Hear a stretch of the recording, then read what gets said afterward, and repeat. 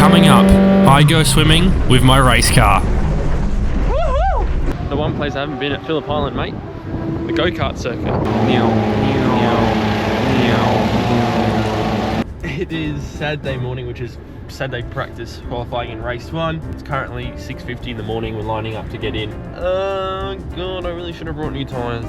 20 minutes later. Jake, welcome to Phillip Island, mate. It's exciting. We're here. Ready to go. An hour practice, an hour quali, so lots of laps. Trying to figure out what I'm doing. You're gonna drive fast. You're gonna hit me if I go slow. Yep. You're gonna hit me if I go slow. Absolutely. There you go. You're gonna get 2 bashings today. Can't wait. Car is she's had some marks. That's from when I hit the garage at Manoa. Our tyres are now getting marked, so we get 6 tyres we can select. Next up is driver's briefing. TC on the tools. Leave a like on my video, Share. Not TC. Comment. This guy thinks he's the Hit best the bell. vlogger in the world. Hit You the don't know bell. what you're talking about. Okay, we had an hour practice session and the track was greasy. So much and so I couldn't keep it on track, and nor could many others.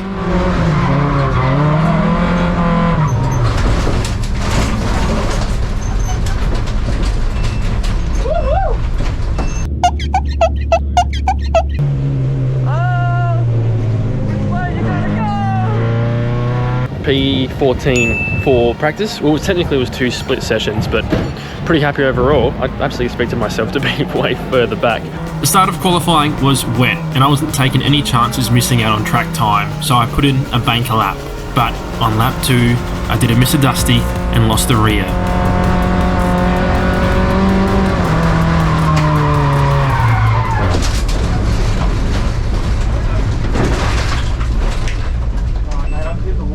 I was concerned about the oil cooler being damaged, but we decided to continue on and finish our sessions as the track was drying. This is the damage. The indicator's out. How are you feeling? My first time off at turn 1. I thought I was going to miss it and just nicked it, so another set of headlights I've just destroyed again. With the track drying, we gained more confidence, pushed as hard as we could, but only qualified in P20. Now, straight line power is essential at Phillip Island, but sadly, our car didn't really have much this weekend, so P24 would have to do. Your thoughts? My thoughts. Tough session. There's nothing in it. He did very well. Don't make excuses, mate. He did very well. There's nothing in it. Like 2 seconds in the whole top 30, just about. First time in the dry really all weekend, so there's not a lot of time to adapt. So he did very well. Another headlight. I keep smashing headlights. Well, There you go, indicator. that was a lot of money. That was a lot of money. There you go, another one. Anyway, P24, let's work from there. Well, somehow it was completely dry at Phillip Island for our Saturday race. I was expecting a bit of chaos, but it actually started pretty smoothly.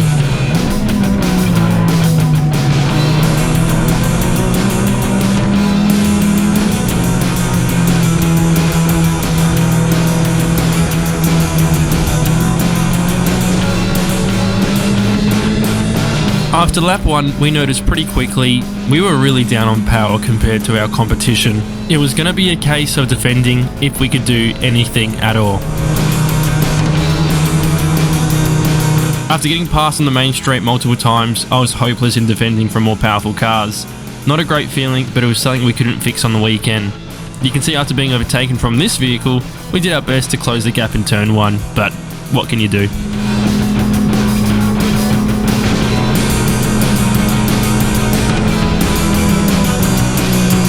It really sucks when you're in the draft and you still cannot keep up with the person in front of you. So I think our top speed was 185 down the straight, which apparently is quite slow compared to most people.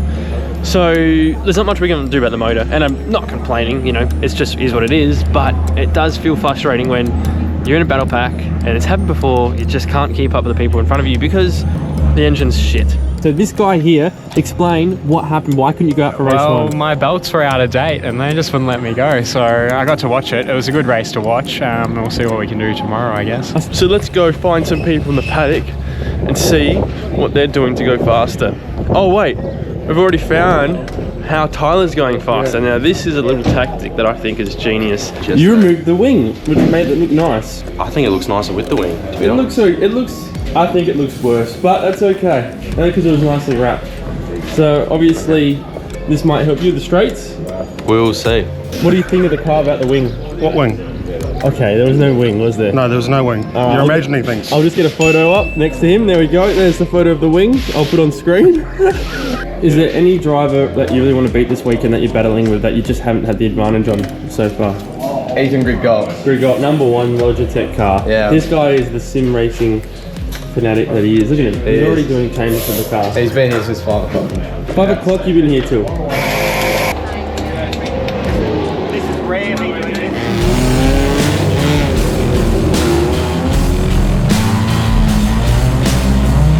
Race 2 Sunday morning presented slightly damp track conditions, so I knew I had to take advantage of it to get ahead. And somehow, we did a really decent job on lap 1.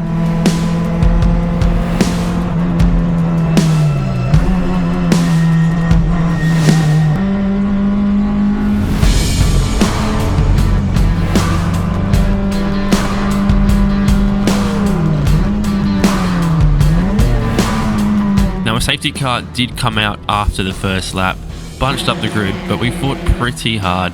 Both AMR cars that were at the back of the grid glided through, but it was a great finishing result for what we could do.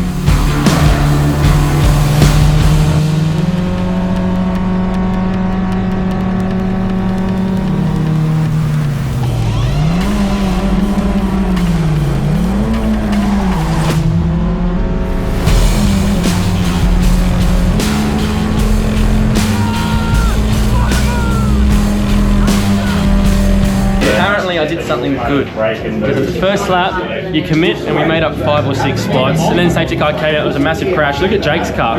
He somehow avoided it. It is covered in mud. Are you okay? I'm fine, thank you very much. First lap, first race on Sunday. Yeah, come and have a look. Oh, this looks... Oh no. Fuck, the tower's on. So that tower was actually crashed in? Do you reckon it's a write-off? Well, I mean, you're not going to weld that tower big on. So. No. The one thing I'll say is that one headlight indicator's okay. Yes, we can salvage that. Exciting, but... it's not as bad as the last crash I had last year, like where we salvaged, I think, valve caps. Was that Sydney Motorsport Park? Yes. Yeah. That was the valve caps and I think some wiper blades. Wow. That was about it. But we've seen the seals here at Phillip Island. We've seen the penguins. We've seen the penguins. This is a big hit. This would hurt. This stuff would hurt. That's going to be a reseal. On driver's side too. Yeah. That's the worst. It was the final race of the day, and I had an extremely fun battle with the 181 Sala car. However, his race didn't go as well later on.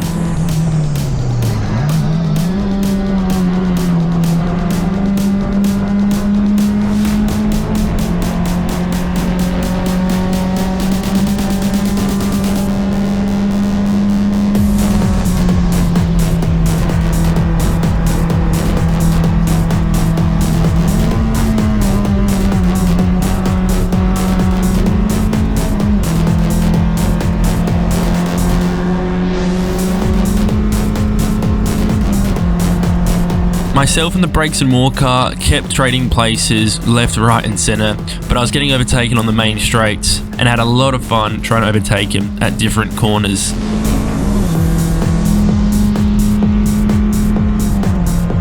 And then at turn 1, the infamous corner for it, the 181 car had a rollover. This is probably the third one during the weekend.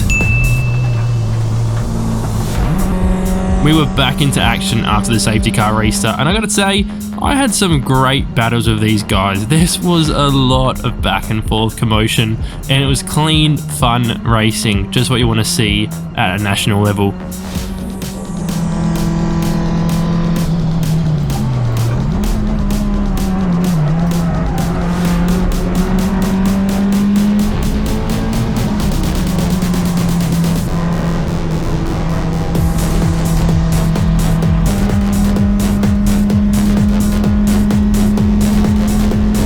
This was a close call, but somehow we just avoided the white car hitting our rear quarter panel at turn 1.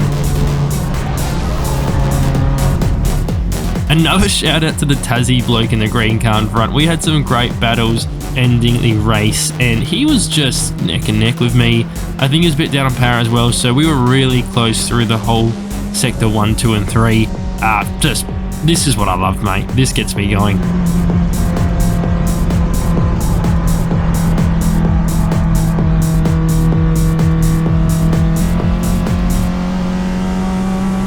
Alright everybody, that's a wrap for Phillip Island Nationals. So I actually got a penalty because overlap on the safety car restart, and I've done that before at Bathurst. Matt Tatani, when does he learn? But Phillip Island Nationals has been awesome. Clean car, mostly. And XL racing, that's what it is, 101, just overtaking galore and great battles. So thanks for watching, don't forget to like and subscribe.